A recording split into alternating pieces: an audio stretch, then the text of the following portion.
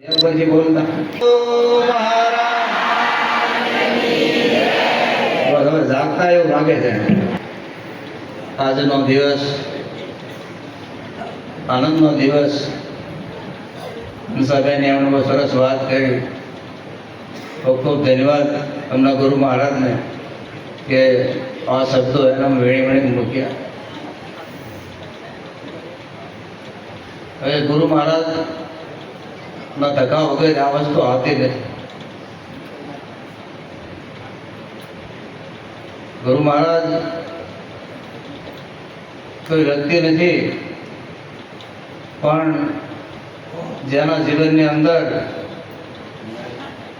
શબ્દ શબ્દ ભણાઈ ગયો છે ને એને ગુરુ આર પાર ઉતરી ગયા છે. અને ગુરુ મહારાજ શિષ્ય કદાપી બનાવતા જ નથી, કે ગુરુ જ બનાવે છે. ગુરુ મહારાજ શિષ્ય કદાપી નથી બનાવતા, ગુરુ જ બનાવે છે. એનું કારણ કે સર્વવ્યાપક પરમાત્મા છે, એનું પ્રમાણ છે. સર્વવ્યાપક પરમાત્મા છે, પ્રમાણ છે. પણ જે ઘાટથી આપણને મળ્યું છે એ ઘાટની બલિહારી છે. જે ઘાટથી આપણને બધાને મળ્યું છે ઘાટની બલિહારી છે, કે જેના થકી આજે આપણે આનંદ કરી રહ્યા છીએ. મને મહારાજે કીધું ને આગળ કે આજે 4-5 દિવસથી જે સંતોએ મહેનત કરી છે. અમારા હિંમત મહારાજ, દેવસનભાઈ અને જે આમાં સામેલ થયા છે સેવાના કાર્યમાં, 5 દિવસથી લોકો કામ મૂકી દીધા છે ગુરુ મહારાજના કાર્ય માટે. દરેકને ફોન કરી કરી અને જાણ કરી કે કોના માટે કરી છે. એક મારા ગુરુ મહારાજનું કાર્ય છે, એ કાર્યને નિભાવવા માટે. એટલે કે પૃથ્વી કા કાગજ કરું, સમુદ્ર કી કરું સાઈ, સૌ વનરાય કી કલમ કરું, તો મારા ગુરુ મહારાજનો ગુણનો ગુરુ ગુણ લીધો ન જાય. આ વાતને આપણે બધાને મળે છે. આપણે એની કિંમત કેટલી કરીએ છીએ. ઘણા પૂજન કરવા આવે, હજી દોરા બાંધેલા છે, હજી આપણે દોરા ગયા નથી. ઘણા દોરા બાંધેલા છે, આય બાંધેલા છે, ગયા નથી હજી. કેવો બળભાઈ છે કે હજી દોરા ધાગા આપણને ગયા નથી. એવા માર્ગ નથી જોવા, કબીર કે એવા માર્ગ મારે નથી જોવા. ઈરે મારે ગડા જોઈને મારે મનખ્યા જન્મ નથી થવો, કબીર કે એવા માર્ગ મારે નથી જોવા. એક ભૂવો, બીજો ભૂવો, ભૂવો 18 લાખ ભૂવા, ખાસી માતાની ભાળેનો પૂછીને ધોણી ધોણી મોવા, કબીર કે એ માર્ગ મારે નથી જોવા. એમાંથી આપણને ગુરુ મહારાજે બહાર કાઢ્યા છે. એમાંથી ગુરુ મહારાજે મને તમને બહાર કાઢ્યા છે. અંધશ્રદ્ધામાંથી બહાર કાઢવા વાળા આપણી અંદર જ બેઠો, બહાર નથી. અને હજી જો આ પાછું આ પગલું આમ ભરાઈ જતું હોય, એમાં ગુરુ મહારાજ શું કરે? સદગુરુ એ નાવ બનાવ્યું, મય બેઠો કે રામ અધ્વર જતા ઉતરી પડે, એમાં સદગુરુનો શું વાત? નગર તો કેવું થાય, એક રાજની અંદર એક વિદ્વાન પંડિત ભણીને આવેલો અને રજવાડા મદન કે તમારા રાજ્યમાં જે કોઈ ભણેલા હોય, પંડિત હોય ને મારી સામે પ્રશ્ન હું કરું અને મને જવાબ આપે તો એને હું 100 સોનામાં કે 100 ગાય આપી દઉં.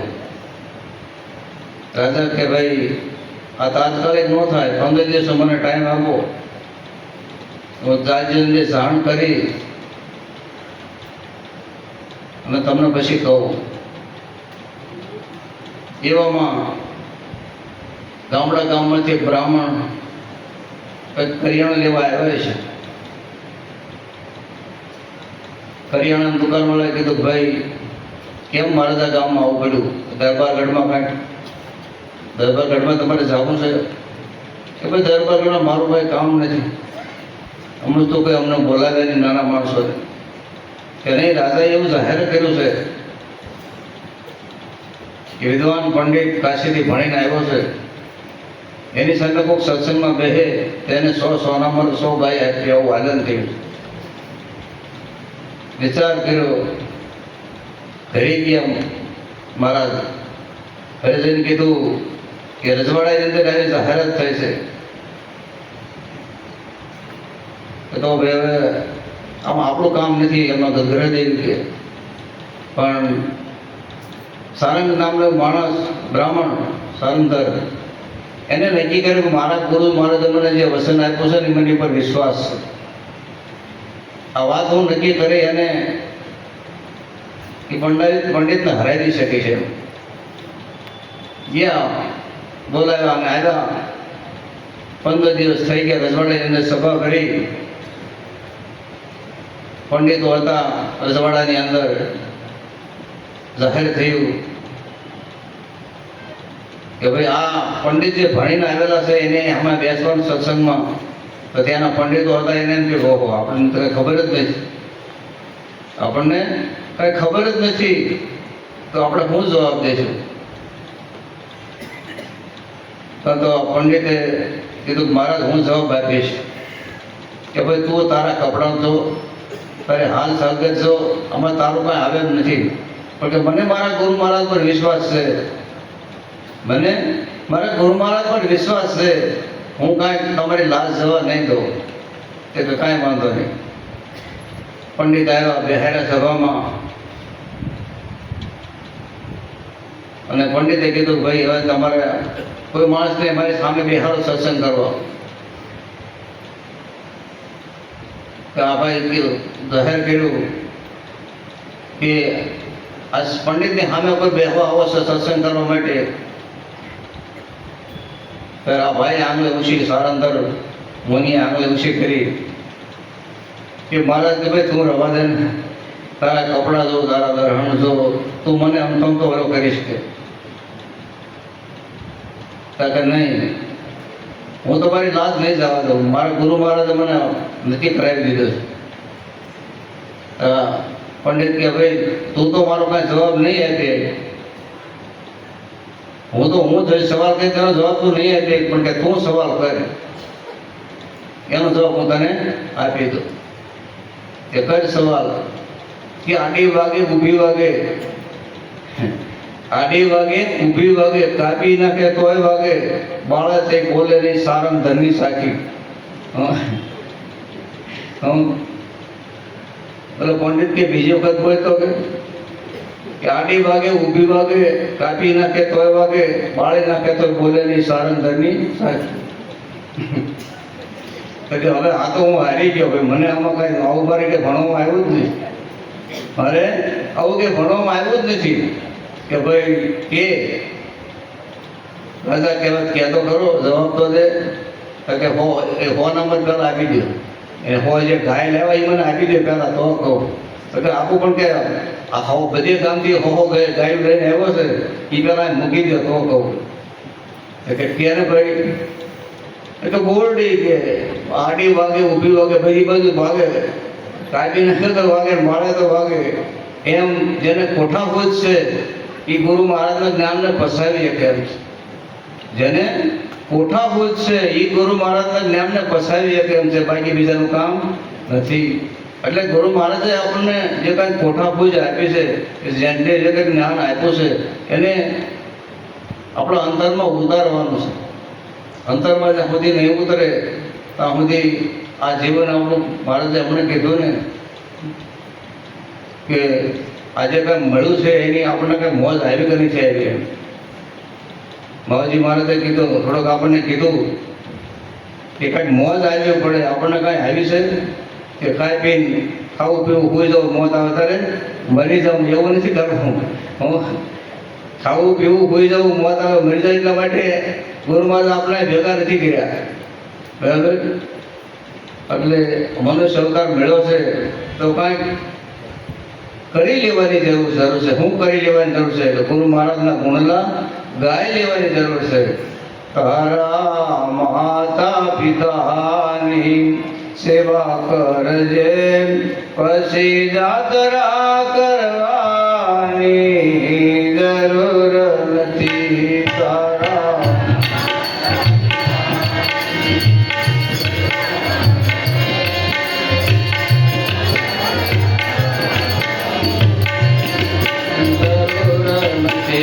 તારા માતા પિતાની સેવા કરજે પછી જાત્રા કરવાની જરૂર નથી તારા માતા પિતાની સેવા કરજે પછી યાત્રા કરવાની જરૂર નથી નામ મનોરથ પૂરા કરજે પછી જાત્રા કરવાની જરૂર નથી મનના મનોરથ પૂરા કરજે પછી યાત્રા કરવાની જરૂર નથી તને પાળે પહોંચીને મોટો કર્યો આપણી પહોંચીને મોટો કર્યો એની આંખોથી અવિરત પ્રેમ કર્યો એની આંખોથી અવિરત પ્રેમ કર્યો માવડીના ડૂબતા યાદ કરજે પછી યાત્રા કરવાની જરૂર નથી માવડીના ઉપકાર યાદ કરજે પછી યાત્રા કરવાની જરૂર નથી તારા માતા પિતાની સેવા કરજે પછી જાત્રા કરવાની જરૂર નથી તારા માતા પિતાની સેવા કરજે પછી યાત્રા કરવાની જરૂર એના મનના મનોરથ પૂરા કરજે પછી યાત્રા કરવાની જરૂર નથી એની આશીષથી પૈસા ને પદવી મળે એના આશીષથી પૈસા ને પદવી મળે સાચી પત્ની મળે એવી આશા કરે સારી પદવી મળે એવી આશા કરે ભગવાન માનીને પૂજા કરજે પછી જાત્રા કરવાની જરૂર એને ભગવાન માનીને તું પૂજા કરજે પછી યાત્રા કરવાની જરૂર નથી તારા માતા પિતાની સેવા કરજે પછી જાત્રા કરવાની જરૂર નથી તારા માતા પિતાની સેવા કરજે પછી યાત્રા કરવાની જરૂર નથી બધું મળશે મા બાપ ભારે મળશે નારી બધું મળશે મા બાપ ભારી મળશે નહીં પછી રડવાથી દાડો વળશે નહીં પછી રડવાથી દાડો વળશે નહીં તે ભૂલો તારી ફરજને અદા કરજે પછી જાત્રા કરવાની જરૂર નથી તારી બધી ફરજને તું અદા કરજે પછી યાત્રા કરવાની જરૂર નથી તારા માતા પિતાની સેવા કરજે પછી જાત્રા કરવાની જરૂર નથી તારા માતા પિતાની સેવા કરજે પછી યાત્રા કરવાની જરૂર નથી સદગુરુ મહારાજ.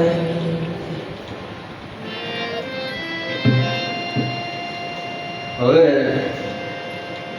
બાલારામ મહારાજ આપણને 10 મિનિટ પ્રવચનનો લાભ આપશે. શ્રી બાલારામ મહારાજ.